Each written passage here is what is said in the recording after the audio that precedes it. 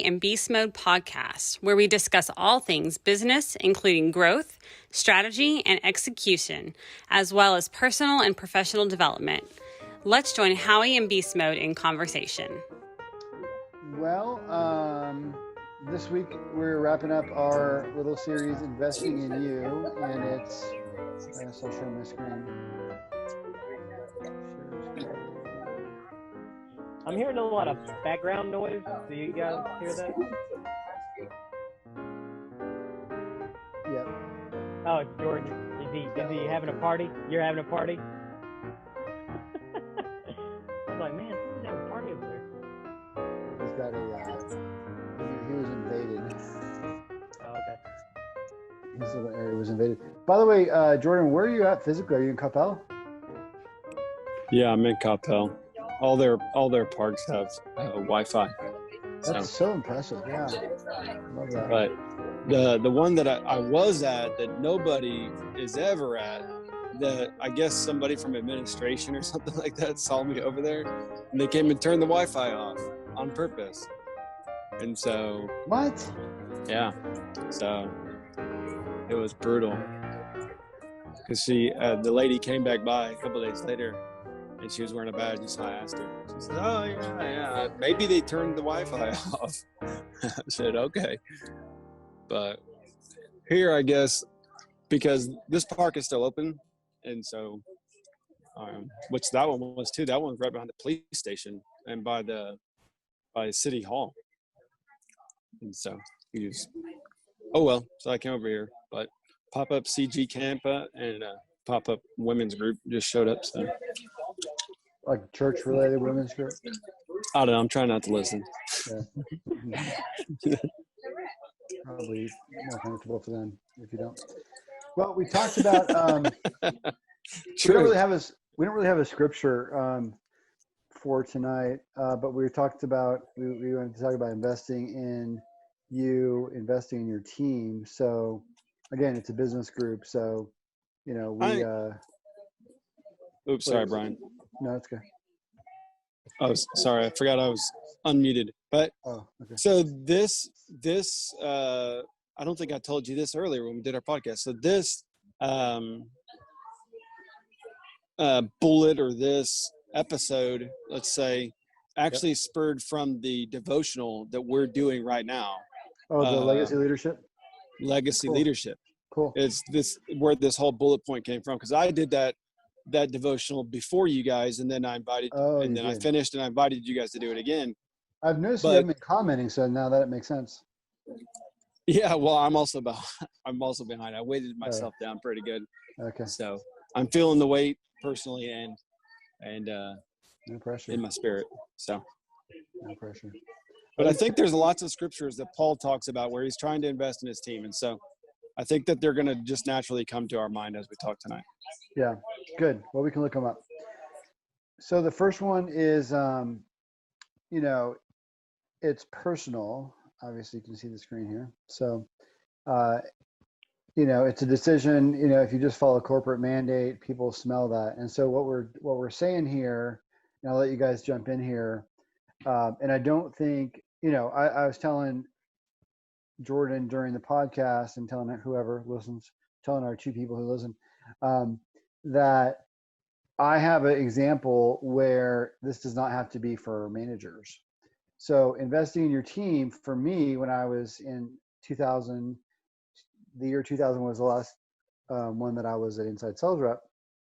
And I used to send out, if I spent a lot of time writing an email that was, compelling about our products because I was in sales, then I would just send a copy to my peers, and I would, or if I found a tip of like, hey guys, this resource is located on this server, and I really found it to be helpful. Or, hey, did you guys know that we now support XYZ network protocol, blah, blah, blah, whatever it was. And so I was always sharing with the team. It wasn't because I was trying to do anything with that. It was just because I felt like I kind of felt a moral, but I mean, if you think about it, if you have an idea that can help 6 other people or 8 other people and you don't tell them, what's that about?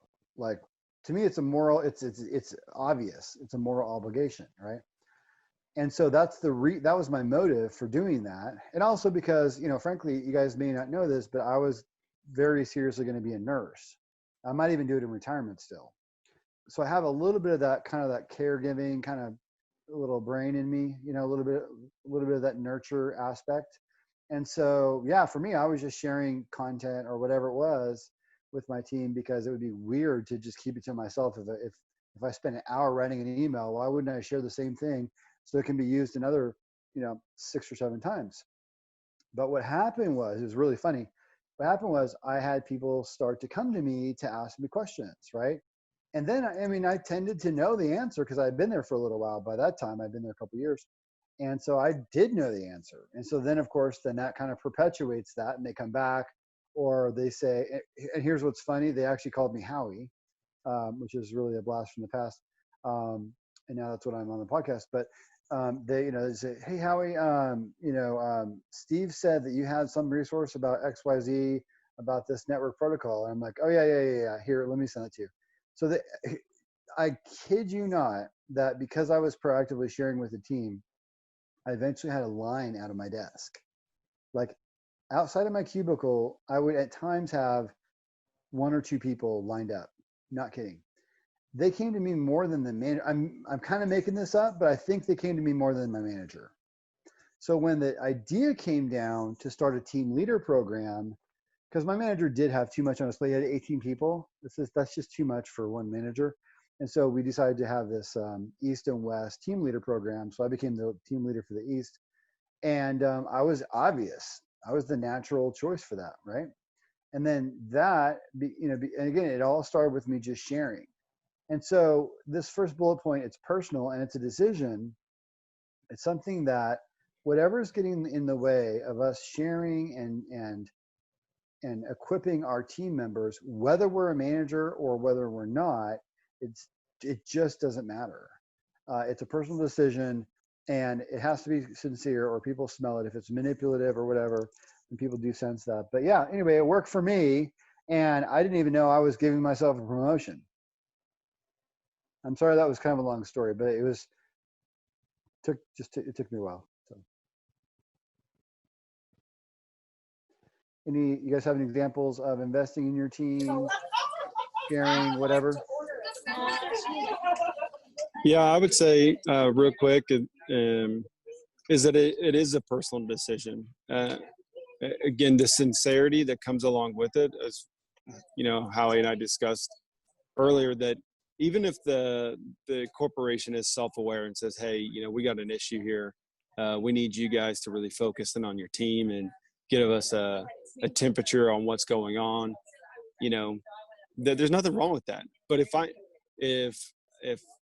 if I'm cut and dry and I look over to my left and his method of checking out his team and this, that, and other is taking them bowling, and then I just copy and paste, it's not authentic, it's not sincere, and it's not me.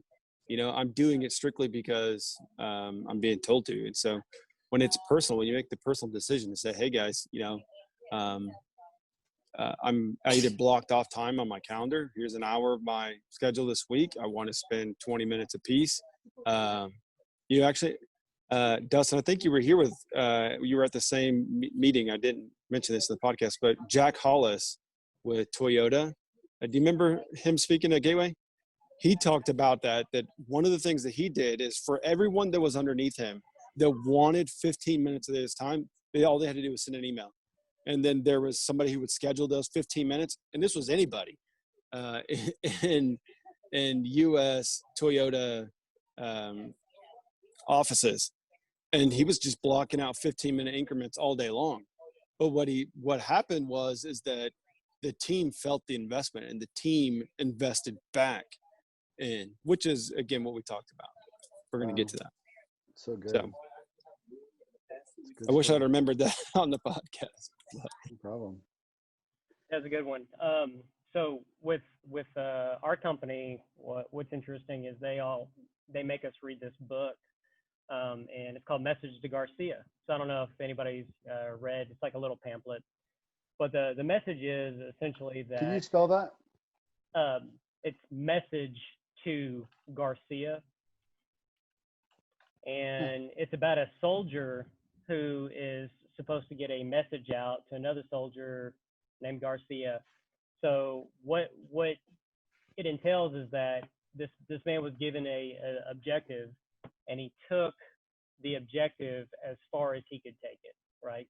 And so that has been the character of the employees, and that is the decision that everyone's made, that every time that we handle something, we're going to take it as far as we can take it. We're not going to pass the buck. We're going to kick it down to somebody else.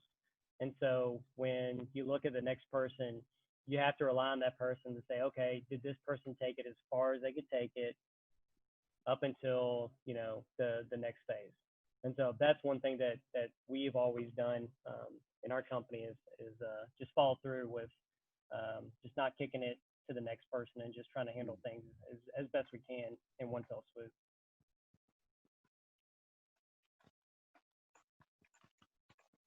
That's good. That's good.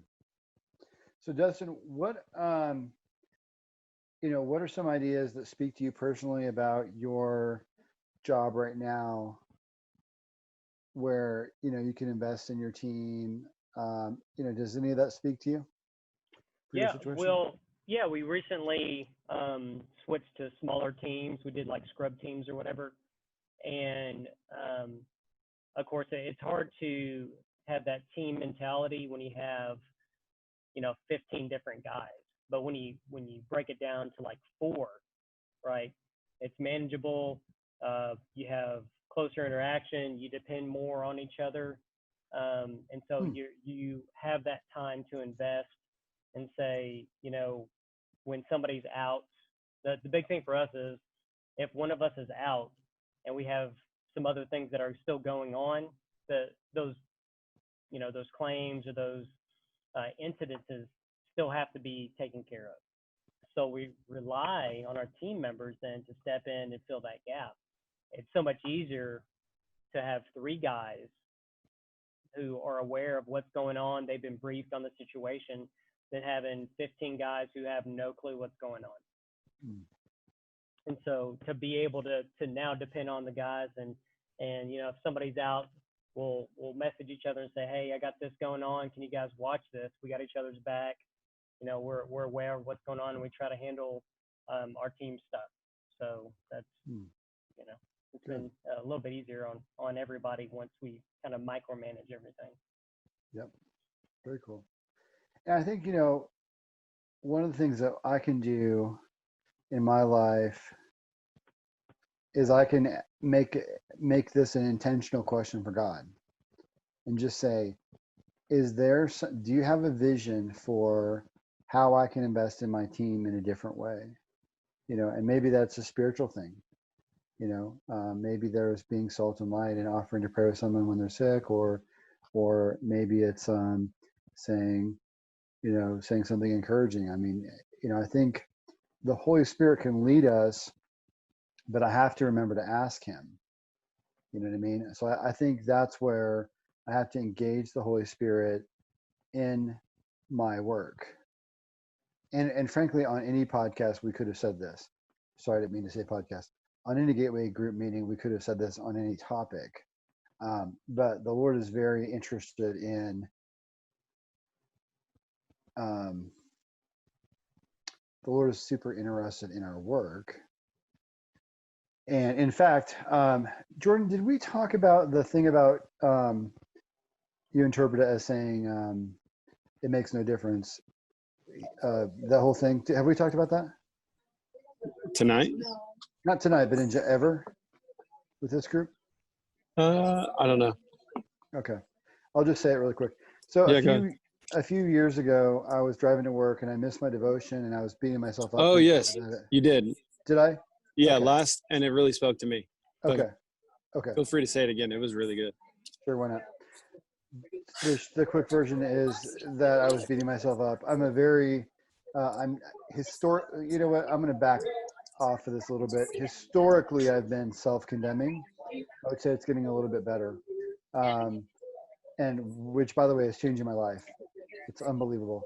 But anyway, knowing the love of God and knowing God's um, intense desire for me at all times on the 24/7, and knowing that God is, so in front of me and before me and guarding me is unbelievable. And asking him questions and having him answer. Anyway, but I used to be a little more self-condemning. So I was driving to work, missed my devotion. I was beating the complete crap out of myself, probably about 8 years ago, but I had a problem at work I had to pray about.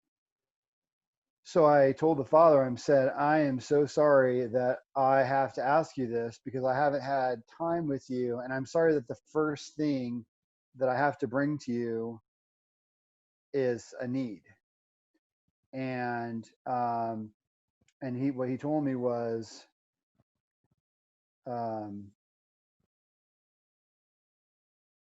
essentially it's the same. Like for him, it's the same. So I can bring him I can't remember the name because Beastmode messed me up because he says it a different way, and now I can't remember the original way. It's okay. It's okay. It makes no difference. It makes no difference. Yeah. Or there is no difference. Yeah. What's the difference? Oh, it makes Anyway, you get the point.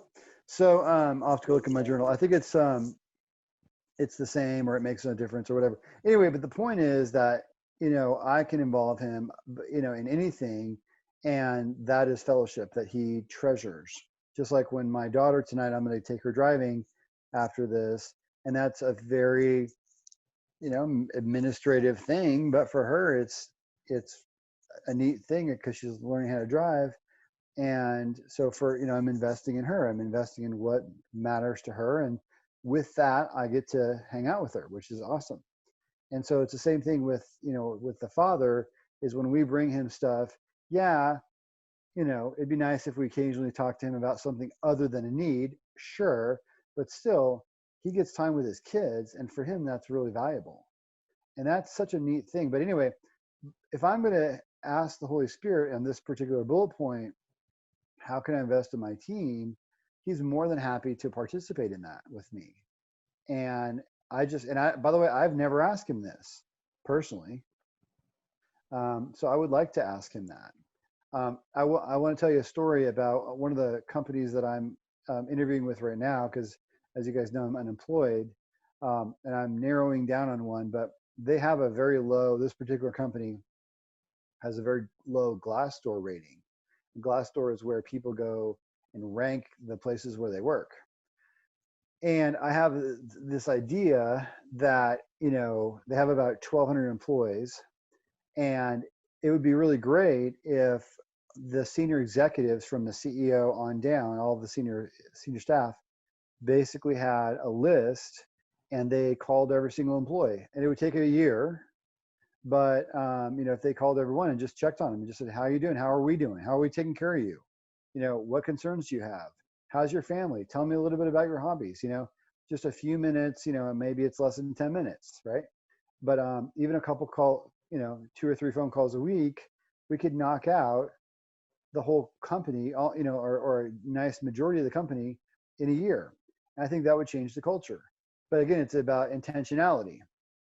And I feel that I got that idea from the Holy Spirit as I've been interviewing and thinking about this job. So that's just an idea where that's free. It's time, but that's a free thing. And so when we talk about how do we invest in our teams, the Holy Spirit has business ideas that he's willing to give us if we will ask. So I'm going to kick it to you guys for feedback and your thoughts on any of that, because I was talking too much. Justin, what about you, man? What does that do for you? Or what are you thinking about? Well, I'm thinking about how do we connect on a different level, beyond just the team itself during work. How can we actually better serve each other outside of the workplace? Okay. I believe in team building. I believe in, building friendships outside of work, because that creates even better teammates. Which, when you get into these bigger companies, you may have common interests, but at the end of the day, people just want to work and then go home. I think it needs to be a priority for managers, team leads to get involved in people's personal lives, and not only help them succeed personally, but help them succeed in life in general, because that just improves the culture.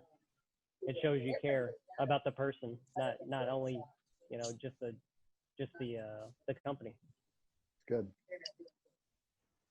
I have some pretty fond memories. I'm not real big into hanging out with coworkers after work, but we did do that a couple times. We did it one time for, well, there was always our Christmas party, so we would do that, which was really nice. But we did go bowling once, and my millennial teammates, they just like to be social, so I kind of I don't, but I went along with it, and I had a great time. It was a really, really good time. And then another time we did laser tag over at Main Event, and that was even a better time for my personal preference. And so, yeah, I think that's a really good idea. I think, that's for my personality, that's a very intentional thing, and I probably wouldn't do it very much. But I admit I had a great time, and I have really special memories from doing that. It's a good one. Yeah, I used to, when I would work on cars and stuff, man, we would just be a big family. We'd go out and go bowling, paintball, golf. I mean, you name it. Everybody just wanted to have fun together. And I think it's just really odd that a lot of corporate companies don't push for that, because, how much more successful do you think your company could become if everybody's on the same team? Like, literally, you could work for the same company and not even like the people you work with. What does that do for the culture? You know? And if you can meet at a common place and say, hey, we had fun doing this. I have a connection with you. Now we can build on that. It's good. Where'd you go paintballing? I used to go paintballing a long time ago in Mansfield and then Kennedale. I used to go a lot. Okay. But now, do you have gear, or do they provide gear? No, you can rent gear and stuff. I used to be into it, man. About 10 years ago, I'll go with you guys sometime. I'll go do that. I was about as into that as I was into. Actually, I was probably more into paintballing. Literally, I had I call my hitman setup, where I'd have an arsenal of just stuff, That's so cool. Yeah, and Jordan, have you ever done that? Mm-hmm. Yeah, paintballing. Yeah. Yep. I have never touched that until last week, or maybe a couple of days past last week. A friend of mine has some pretty good gear or whatever, and so I got to fire several rounds into some trees. It was pretty awesome. Not gonna lie, yeah. I would go with you guys. Yeah, when you get in a battle situation and you're literally trusting somebody with your life, so to speak, you instantly. I mean, I've built a teammate relationship with 10-year-old kids. I'll be like, hey man, I got your back. I got you, you got me, we're good. And to be able to on the fly and say, hey, we have this common goal. Let's team up. Let's do this. I don't care what color you are, where you come from, how tall you are, how young, old you are. We're on the same team. We're here to do this common goal, and let's go at it. Let's just do it. Let's do it right now. That's fun. Yeah, we had this similar deal with laser tag.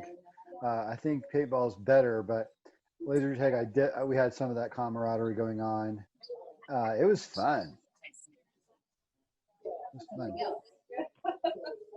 One of my employees, Lindy, one of the few girls that we have in our team, she was the number one.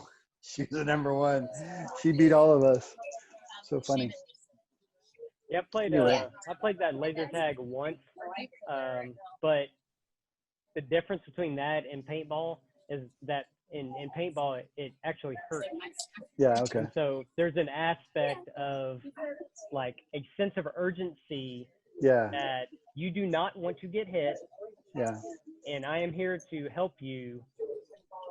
Protect each other. We're on the. And there's so much of a danger aspect, a physical aspect, a mental aspect than just going around, walking around, and then just But I don't know. Awesome. There's something so much more intense with that than just going around and zapping targets. Yeah. I want to get out and do that. You're making me think about that. Hey, speaking of, not to change the subject, but have you guys seen there's a new VR lounge in Grapevine? No. Yeah, it's right next to it's right over there by like Spring Creek Barbecue and Main Event, right over there off 114. VR, I don't know what it's called. I don't think it's called lounge, so forgive me for not knowing the name, but VR something. So if you guys want to get together outside of this sometime, I'm down. Again, you won't see me do that very often. Yeah, I think so. Crush it. Virtual sports. Crush it. What's it about? Trying to get some photos. Yeah. I think it's with a K. Book your simulator. Okay. I think it's more like a sport type thing. Yeah. Okay. Yeah, it's like a sport thing where you have like Top Golf. Like Top Golf. Yeah, where you have your own little area. Okay. And you play like a game. Huh. Not super high resolution, it looks like, but still, if you're in it, I mean, it might be really cool. Yeah. How would you do soccer though? Like, same thing. You have a ball and you hit a screen. Yeah. Okay. Huh. Well, it's just going to be like penalty kicks. Yeah, they had something like that at what was it? Dave and Buster's had something like that. Yeah. I remember years and years and years ago, Dave and Buster's had a this golf thing right here. They did have one of these. We rented one. This thing here. Huh. Yeah, that's not quite what I'm looking for. There's actually VR where you have a full headset and everything. In fact, I don't know if you guys have seen the Cinemark. They have one. And it has like Star Wars. You're like it's immersive. It's you're like in a room. Plano. You're like in a room and everybody's got a headset and you're like sitting there shooting at stuff. Yeah. Yeah, it's pretty cool. We'll get back to the topic, but honestly, we can talk about whatever we want anyway. Oh, it's called The Void. Yeah, that's right. Check this out. I haven't done this yet. It's $20 for 20 minutes, or at least it was a long time ago. But you're in it. Like it's headset, like you are in it. So that would be really cool to try sometime.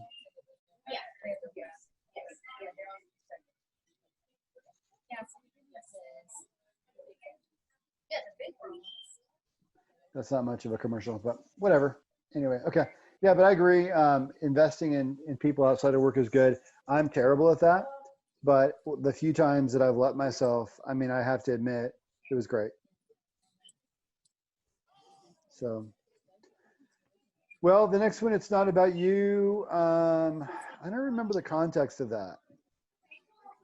So I was saying that you got to make it personal. Okay. So it's got to be a personal choice. I'm going to invest in my team. It's my decision, even if it is a corporate mandate.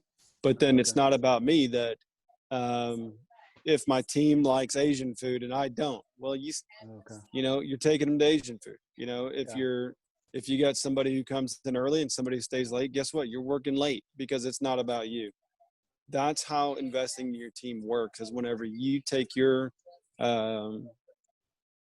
ultimately when you become a servant leader, when you take any selfless attributions out of it, and then you just say, hey guys, my goal is to invest in you guys. Number one, how can I do that? We're going to get into that a little bit later.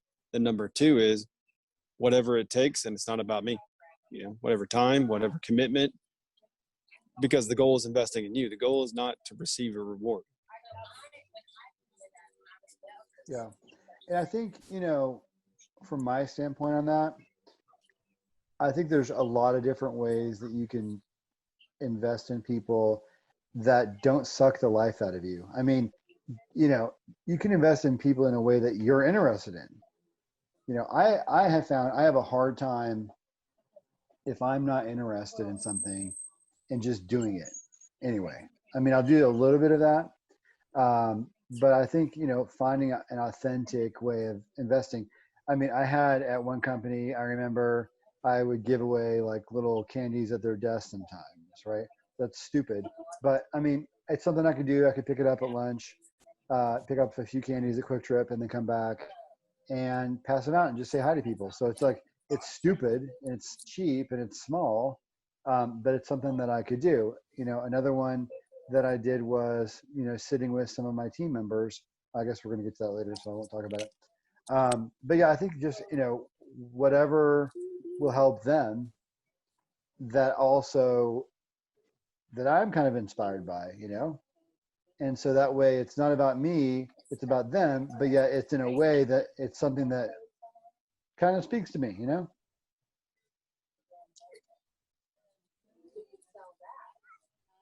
Yeah, an example that came to my mind, I mean, you got 3 guys that are on here right now, is there's certain times where your wife wants you to do something with her and you absolutely don't want to do it, but right, you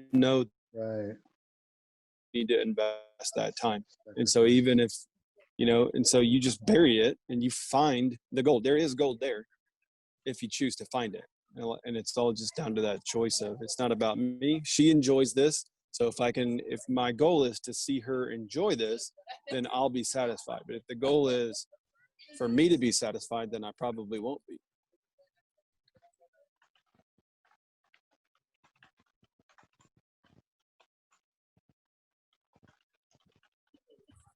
That's interesting. I hadn't thought of that before. And that applies to marriage too, which is literally your example. Yeah, being of service, just there to serve. Yeah. Good. Cool.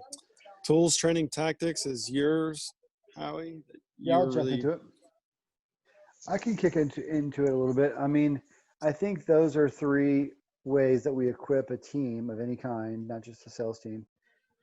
So maybe there's a way that, here's an example. If there are certain things that Dustin runs into frequently, and he starts writing down the problem and the solution in a spreadsheet, right? It could start off there, and then the spreadsheet could be shared, and other people can add to that. So there's like kind of like a running Q&A or like a running knowledge base kind of thing. So a tool doesn't have to be that we're going to go buy something. I mean, I have bought, like my last job, I bought 3 or 4 tools. So there are times to buy things, but a tool doesn't have to be that. I mean, in the last 2 companies, I've created return on investment calculators for our customers. That's just an Excel spreadsheet, So a tool can be kind of anything. And I think anybody who takes the time to look at how the job could be better with some kind of enablement or tool, I think that's always going to be good. So, when I was in my former company, one of the tools that we bought was a database of contacts, and it helped us to reach out to more people. So that was a pretty natural one to help us with our sales. What about you, Dustin? Are there some tools that you think you need to do your job better, or is there a tool that you or somebody has developed, or do you see any gaps? Well, we have obviously we deal with like, different contracts, and one of our more experienced adjusters created, like when we came out with these new contracts, he just made a spreadsheet. It's like a quick reference spreadsheet, and just really helps, every time I deal with like new contracts, instead of going to the specific contract and reading through the list of, you go to this QuickBooks spreadsheet, you look at it and no, yeah, that's covered, no, it's not. And then, and you're done. And so without that, we would have to interpret and read down, lists of these new contracts. And that saves you so much time. What about you, Jordan? Any thoughts on investing in tools for a team? Yeah, really my perspective on this in the podcast was not so much the tools itself, just because that's not where my brain naturally goes to, but it's being able to sit down with the team and say, hey, where's a pain point? Where are we missing the mark at? I'm asking for a 90% productivity and we're at 85. Is there an issue here with what I'm providing you? And then being able to receive that information, receive that feedback openly, and then be able to come back maybe with a tools, or maybe come back with a trial, or maybe, like I said in the podcast, come back and say, hey guys, this isn't in the cards right now, but in 6 months, we're going to be a go on this. So please tough this out and work hard, and we're going to do this together. And, yep. And training, isn't really my, providing classroom style training to my teams has not been a historical strength for me. I'm trying to be better about that. At the very end of my tenure, I was getting better at it. But I don't like to do meetings. I don't like meetings. It's just not my thing. But I did start working on that. I would say I'm probably better one-on-one with people, telling them how to do something a better way. So, but training is a real important way to invest in any team as well. Dustin, do you have any thoughts on that?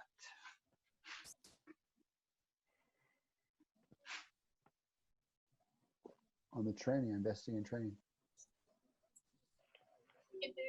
I do believe in continuing education. We've got training stuff that we do for work, but also outside of work with like certifications and stuff. I do believe that that needs to be done. Some sort of continuing education, or just a revamp of, hey, this is what the processes are. I know I find myself, especially now, with having to retain so much knowledge, that oftentimes when you get this new information, what typically happens is that the information that you do have then gets kicked out, and you have to relearn that, and then that's going to kick out some old information. And so it's just continuing process of trying to relearn everything. And so I just think it's important to always evaluate, what the processes are, what the goals are, every single day or week, some appointed time to just continue to relearn things. Yep. What about you, Jordan? yeah, my only comment on training is getting feedback from the team. Hey guys, we need to do a training. What's the best method for us to do this? We still have work to get done, so we spend an hour during work time. We're going to have to work late. Okay, do you guys want to do that? Okay, so if we do it online, it's something that you're actually going to watch and pay attention to. Like, right. And that's how I would approach it. Like, training's a must, guys. We got to do it. But I don't want to be, I would rather have my feedback and allow me to make, the best of probably a training I don't want to attend, if I'm completely honest. Probably to be 100% frank, I probably don't want to teach it, nor do I want to attend it. But if we had to, then it's best to see, hey guys, how are we best going to receive this? What's going to make you retain it? What's going to make you enjoy it? Let's figure this all out. I like the transparency too of, kind of admitting you don't like some of that. I'm starting to listen to that more in my own self. that I tend to feed on certain things more than others. So anyway, the last one is tactics, or the last one is for this bullet point is tactics, which is process design, process rollout. I kind of bundled these with, they were down here. It really makes sense to have them up in the same bullet point. So tactics is basically the how do we do our job? You know, how do we do it? So in JL's example, with a lot of social media and different things, you know, is there a way that Sally is doing it that is, she's more productive than Jill, you know? And so I think part of the tactical stuff is giving them a platform and an opportunity to share what's working, what's not working.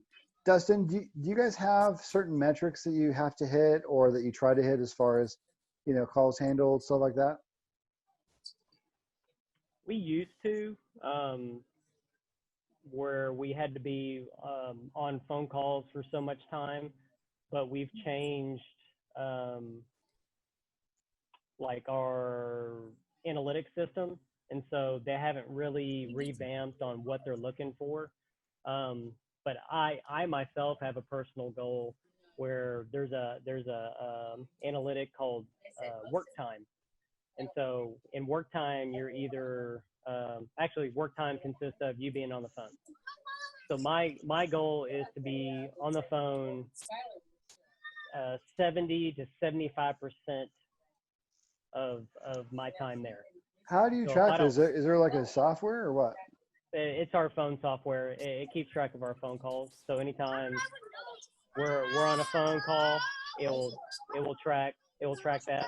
Anytime we're not, if we're on a break or whatever, it doesn't track work time. It counts it as a, you know, off the clock type. Yep. Well, not so much off the clock, but we're not actively working. And so what that does to me is say, okay, if one day I'm down on my work time, why is that? Was that a day where I had to do a lot of paperwork? Did I have to submit a lot of, you know, other things? And if I did, can I bring that number back up the next day and stay a little bit more active? Yep. So what that makes me do though is I have to be more organized, right? If one day I'm down, I got to figure out, okay, well, if this was down, why is that? Can I do it better the next day? And so I'm able to prepare for the next day. And as long as I keep my numbers up and I can obviously compare with, you know, other people, and I'm actively like the top 1 or 2 person, that lets me know, hey, I'm typically more organized, I'm quicker. So whatever I'm doing, I just consistently need to keep on doing it. And if I fall off, then obviously I need to you know, work a little bit better the next day. So what is making you want to have higher call time?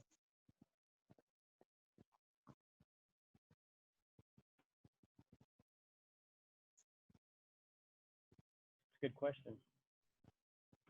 I would say my integrity, first of all. If I don't feel, if I'm actively working 50%, I don't think I'm doing my company a service. You know, if I can keep it to 75, 80%, I think they're getting their money's worth. You know, and I can obviously tell the difference too. If there's a day where I'm at 66 and there's another day where I'm 80, because that 80%, brother, I am sweating. My mind's racing. I'm going 90 to nothing. And it's you know, I can tell. And so when I see that number, I'm competitive at heart. I've always been competitive. And I want to make sure that, you know, my bosses, they see that and they say, hey, you know, he may not take the most calls. He may not be the quickest on the phone calls, but the majority of the time, this guy's working wise here. And that's why I want to be working as much as I can while I'm there. And I want people to know it. I respect you so much. That's great. Really good internal drive. Are there, have you ever found out like there's something in your way that's kind of like it slows you down? You ever notice that, geez, this slows me down? Yeah, when I don't like to be micromanaged, because oftentimes it limits me when I have to question my own decisions instead of saying, hey, I've been doing this for so long, I'm just going to go with what I feel like this should be handled because I've been doing it for so long.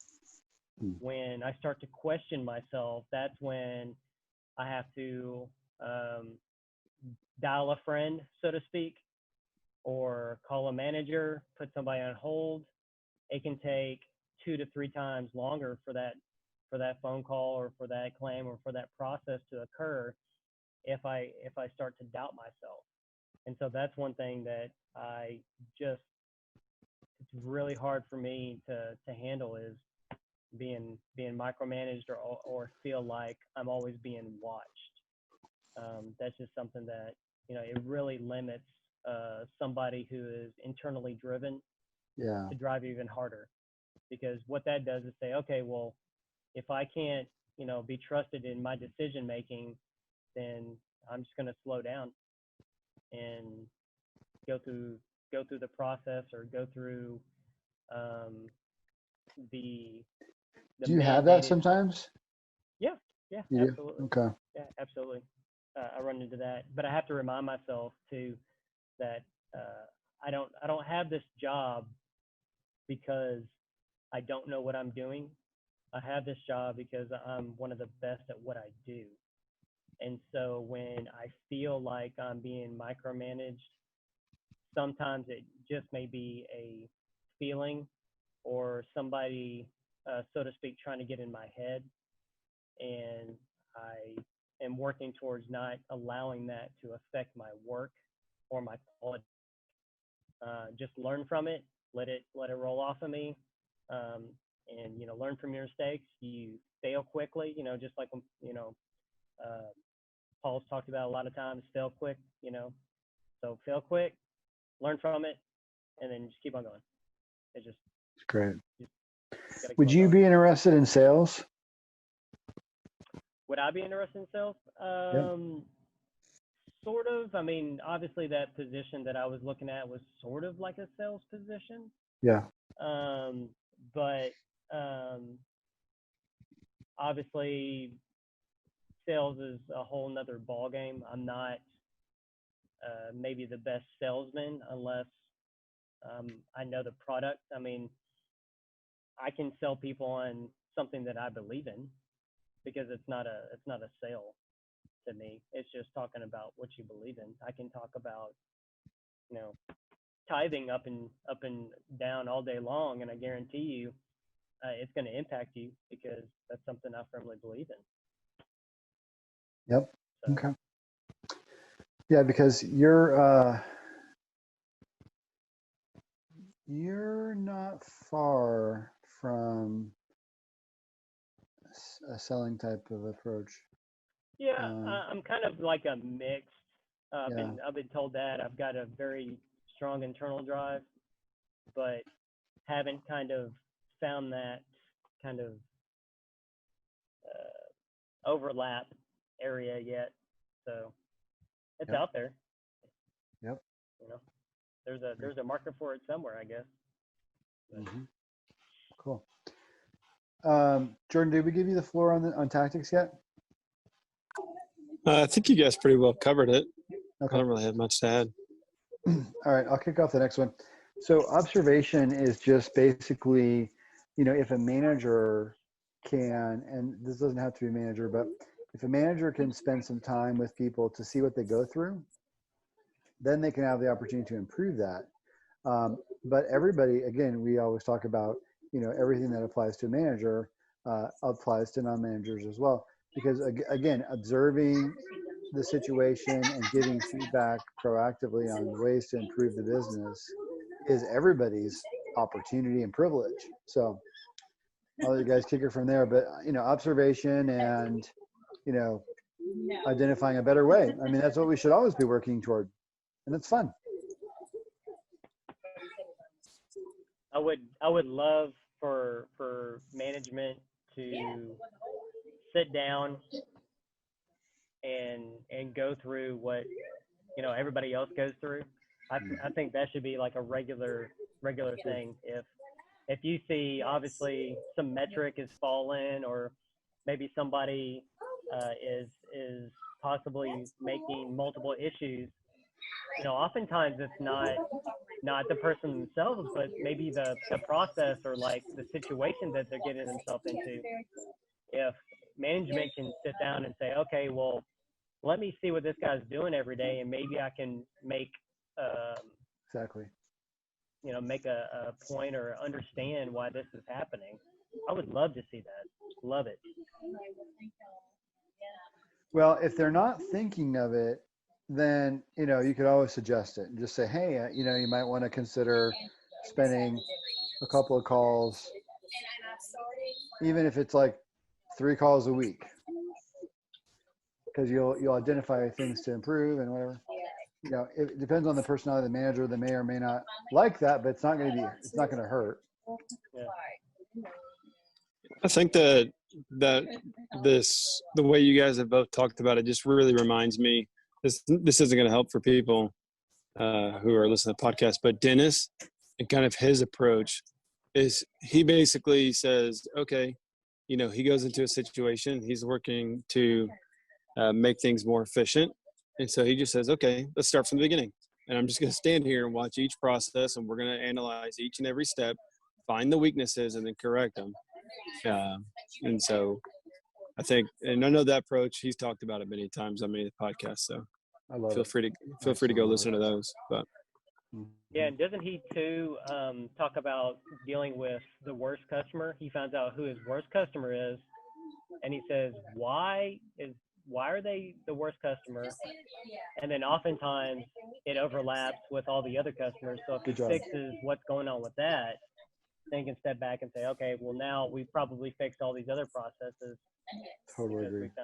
So yeah, makes sense. I'm glad you brought that up. I thought that's where Jordan was going with that, actually. Yeah, no, I love that. So your first one, Jordan, was that he will go and observe the process, kind of soup to nuts. I don't remember him saying that, but that's a good idea. I like that. Yeah, I mean, he said that he would just go look at every stage.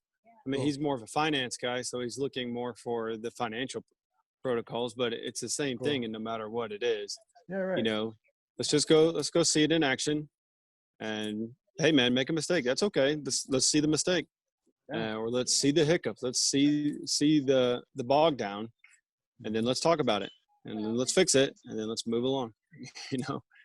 So cool. So I think that's a really good observation. Makes a lot of sense. And then communication is our last one. We might be done early tonight, but communication is. What have you seen, Dustin, that you liked and didn't like on communication? So maybe, and you can take this in any. There's, as always, it's just your feedback. So whatever direction you want to take, but maybe it's communication that you've noticed really helps things. It's very empowering versus communications that is not empowering, or however you want to respond to that question. Just, you have the floor. I would say, I briefly talked about the team system. So when we switched to the team system, we started having daily meetings for anywhere from like 15, 30 minutes. Hey, what are you working on? What are you struggling with? Hey, is there something that we need to review? That was game changer for us. Like for me, I was like, okay, well, now we're on a team. We're no longer 15 individuals. We're on a team, and we can bounce ideas or talk about problems we're having, and we can resolve them.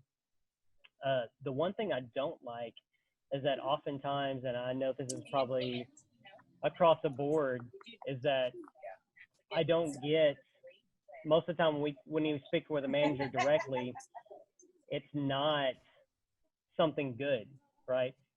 Very few times that when you talk to a manager, it's because you messed up, right? And if they don't talk to you, then you're doing fine. I don't like that. Like, I don't know who came up with that rule that just supervisors will sit back and then they don't talk to you until you mess up. But that, to me, does not build any sort of like relationship, manager employee type relationship. It just makes me, every time you get a message from your boss, you're like, oh, well, what did I mess up now, right? Crap. So crap. Like, what did I do? And so that just, I think that. Oh that man, brings I hate that you have ever experienced that. But it's like, I wish there was obviously, like, even with the devotional we're working on, talking about Paul when he's coming down and he's really working with the team. Like, literally, he lowers himself down into and with the team. He's on the same level. What does that change about, the team perception of that? There's no hierarchy. There's just team, right? There's no levels. There's just teams. There's just us working together. Wow. That was valuable. Jordan, what do you got? Yeah, for me, what I shared on the podcast is that for me, my team and I will never meet each other. We're 100% remote, and they're nowhere near where I am. And so one of the biggest things that I needed to do was be able to show them how much I valued them, show them appreciation. So I had them take Dustin, I know you know about the love languages book, the 7 love languages or whatever it is. You heard of it? Yeah. There's a book, similarly, not by the same author, or it is by the same author, called The 5 Languages of Appreciation. And so it is words of affirmation, acts of service, receiving gifts, quality time, physical touch. And so it's how you enact those shows the appreciation. And it shows them in the workplace. And so I talked to my team, and I had them take the quiz and whatever, and both of them came back with words of affirmation and quality time. And so we jumped on the horn, and I said, hey guys, I need to know how I can spend quality time with you and I'll never see you. How do I do that? And so I just listened, took some feedback. And again, just like you said, Dustin, I mean, I'm pretty involved in day to day, but still when somebody comes down and says, hey, how do I spend quality time with you? It's difficult. And so we just talked about, we came up with a plan. One day every week, we're going to spend 30 minutes and not talk about work and just talk about families, talk about what's going on and this, that, and other. I mean, they're from a different cultural background. And so a lot of times we just spend time sharing each other's culture and getting to know each other. But what we're doing is we're building a communication platform where they feel comfortable sharing feedback. They feel comfortable. They see the investment that I'm making in them. Again, I generally tell them, when we get off that phone call, hey, work's done. We're not going back to work. Whatever you were working on can wait till tomorrow. Even if there's a deadline you didn't finish, it don't matter, because that was more important. And I'm trying to show them that. So. Good.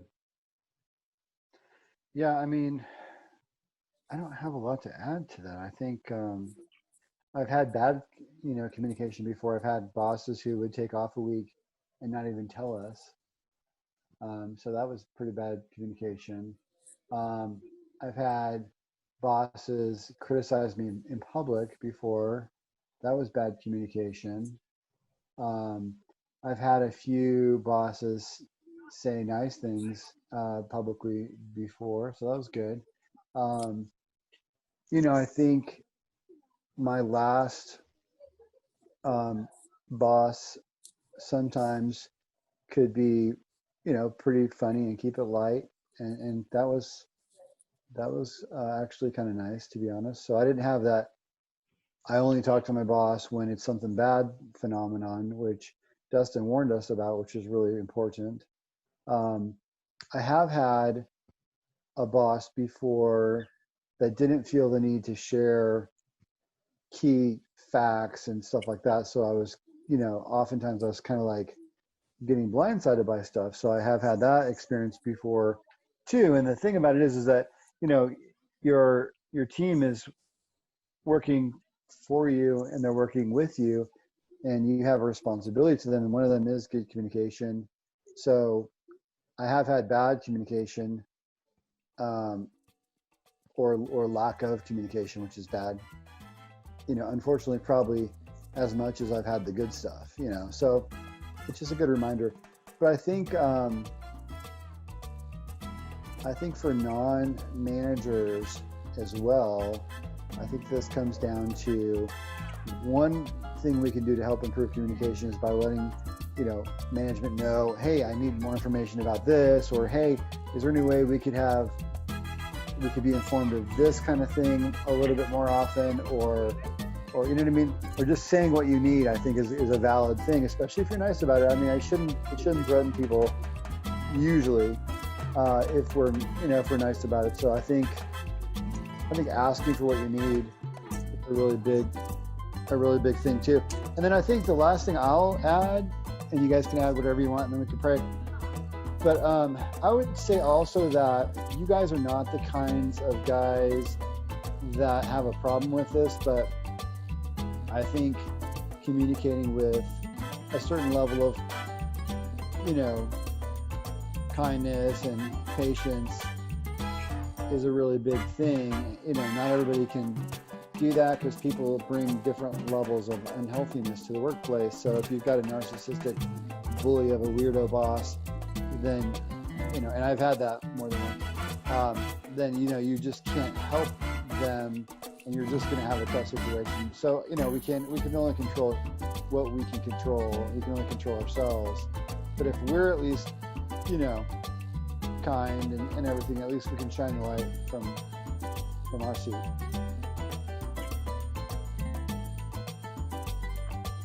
2015 and 16, I was bullied mercilessly.